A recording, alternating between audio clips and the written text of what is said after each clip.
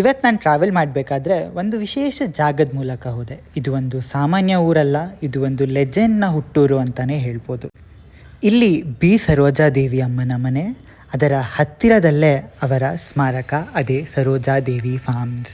ಆ ಕ್ಷಣದಲ್ಲಿ ಒಂದು ಫೀಲಿಂಗ್, ಒಂದು ಗೂಸ್ ಬಂಪ್ಸ್. ಒಂದು ಕಾಲದಲ್ಲಿ ಹೀರೋಯಿನ್ ಅಂದರೆ ಸೈಡ್ ಕ್ಯಾರೆಕ್ಟರ್ ಅಂತ ಇತ್ತು, ಆದರೆ ಒಬ್ಬರು ಬಂದರು, ರೂಲ್ಸ್ ಎಲ್ಲ ಬದಲಿಸಿಬಿಟ್ರು. ಕನ್ನಡ ಸಿನಿಮಾದ ಮೊದಲ ಫೀಮೇಲ್ ಸೂಪರ್ ಸ್ಟಾರ್ ಅಭಿನಯ ಸರಸ್ವತಿ ಬಿ ಸರೋಜಾದೇವಿ.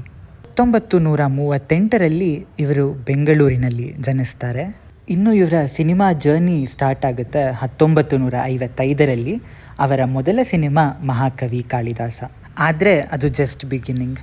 ಕನ್ನಡ, ತಮಿಳು, ತೆಲುಗು, ಹಿಂದಿ 200ಕ್ಕಿಂತ ಹೆಚ್ಚು ಸಿನಿಮಾಗಳು, 3 ದಶಕಗಳ ಕಾಲ ಇವರು ಚಿತ್ರರಂಗವನ್ನು ಆಳ್ತಾರೆ.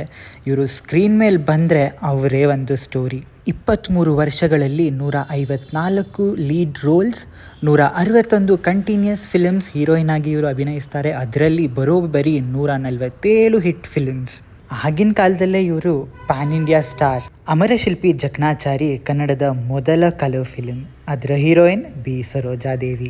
ಇನ್ನು ಅವರ ಸ್ಟೈಲ್ ಸ್ಟೇಟ್ಮೆಂಟ್ ಬಗ್ಗೆ ಮಾತಾಡೋದಾದರೆ, ಅವರ ಸಾರಿ, ಅವರ ಜುವೆಲ್ರೀಸ್ ಟ್ರೂಲಿ 1960ಯ ಟ್ರೆಂಡ್ ಸೆಟ್ಟರ್ ಇವರು. Padmashri, Padmabhushan, national awards, state awards, ಹೀಗೆ ಹಲವಾರು ಬಿರುದುಗಳನ್ನು ಇವರು ಮುಡಿಗೇರಿಸ್ಕೊಂಡಿದ್ರು. ಇವತ್ತು ನಾವು ಈ ಜಾಗದ ಮೂಲಕ ಹೋಗ್ತಾ ಇದ್ದಾಗ ಅವರಿಲ್ಲಿ ನಡೆದಿರಬಹುದು, ಇಲ್ಲಿ ಕನಸು ಕಂಡಿರಬಹುದು.